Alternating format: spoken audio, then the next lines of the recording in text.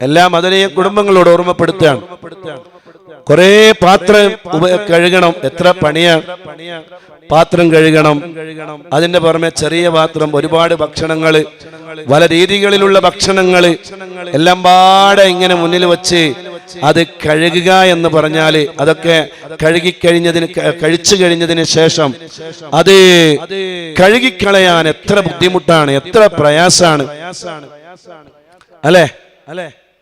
ഒരു വീട്ടില് ഒരു രാത്രിയില് ഭക്ഷണം കഴിച്ചു കഴിയുമ്പോൾ അവരുടെ കൈ കഴുകുന്ന ആ ബേസിനില് എത്ര പാത്രം ഉണ്ടാവും. ഈ പാത്രങ്ങളൊക്കെ കഴുകാന് എന്തുമാത്രം ബുദ്ധിമുട്ടാണ് ഈ സ്ത്രീകൾക്ക്. പിന്നെ ഒരു 4-5 സ്ത്രീകൾ ഉണ്ടെങ്കിൽ പിന്നെ തല്ലാണ്. നീ കഴുക്. അപ്പൊ അവള് പറയും ഞങ്ങൾക്ക് അവിടെ പോകാൻ കുഞ്ഞിനെ നോക്കാനുണ്ട്. മറ്റാൾ പറയും നീ നോക്ക്. അങ്ങനെ ആരും നോക്കാണ്ട് രാവിലെ ഇത് അവിടെ തന്നെ കിടക്കും. ലാസ്റ്റ് സ്വന്തം ഉമ്മ തന്നെ കഴുകേണ്ടി വരുന്നൊരവസ്ഥ. ഓരോരുത്തരും മത്സരം, അല്ലെങ്കിൽ ഓരോരുത്തരും തർക്കിക്കാൻ. ഞാൻ മുമ്പ് ഭക്ഷണം കഴിച്ച ഒരു വീട്ടില് അവിടെ 4 സ്ത്രീകൾ ഉണ്ടായിരുന്നു.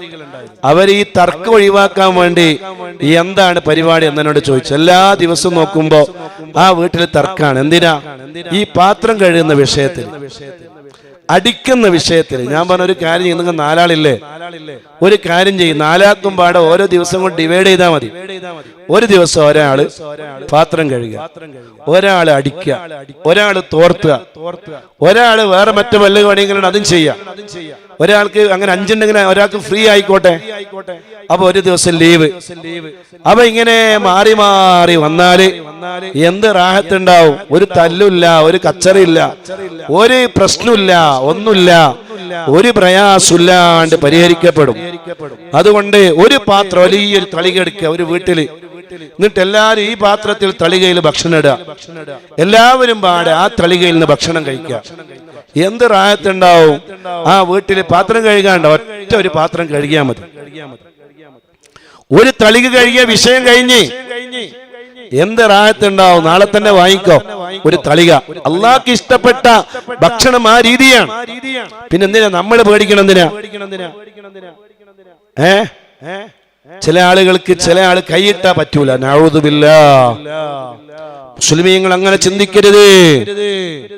എല്ലാവരുടെയും കൈകളിൽ ബർക്കത്തുണ്ടാവും. ഒന്നിച്ച് കഴിക്കുമ്പോ ഒരു ബർക്കത്താണ്. കൈ കഴുകിയിട്ടില്ല എല്ലാരും വരിക. കൈ കഴുകിയിട്ട് എല്ലാരും വന്നു കഴിഞ്ഞാൽ ഒന്നിച്ച് ഭക്ഷണം കഴിക്കുക. അതിൽ പിന്നെ ഒരു അറുപ്പ് വെറുപ്പ് തോന്നേണ്ട ആവശ്യമില്ല. അള്ളാഹ്ക്ക് ഇഷ്ടപ്പെട്ട ഭക്ഷണ രീതി ഒന്നിച്ച് ഭക്ഷണം കഴിക്കലാണ്. കൂടുതൽ കൈകളുള്ള ഭക്ഷണമാണ്. അതാണ് അള്ളാഹുവിന്റെ റസൂൽ പറഞ്ഞത്, അഹബ്ബു ത്വആമി ഇലല്ലാഹ് മാ കസുറത് അലൈഹിൽ ഐദി.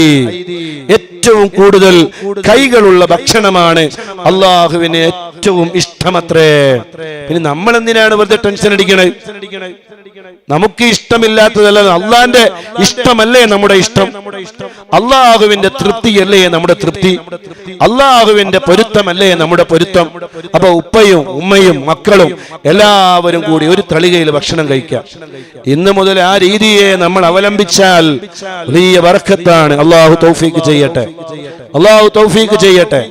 അള്ളാഹു തൗഫീഖ് ചെയ്യട്ടെ. ഇൻഷാ അല്ലാഹ് നീട്ടിക്കൊണ്ടുപോകുന്ന ഒരു വിഷയം സാന്ദർഭികമായി ഓർമ്മപ്പെടുത്തി എന്ന് മാത്രം.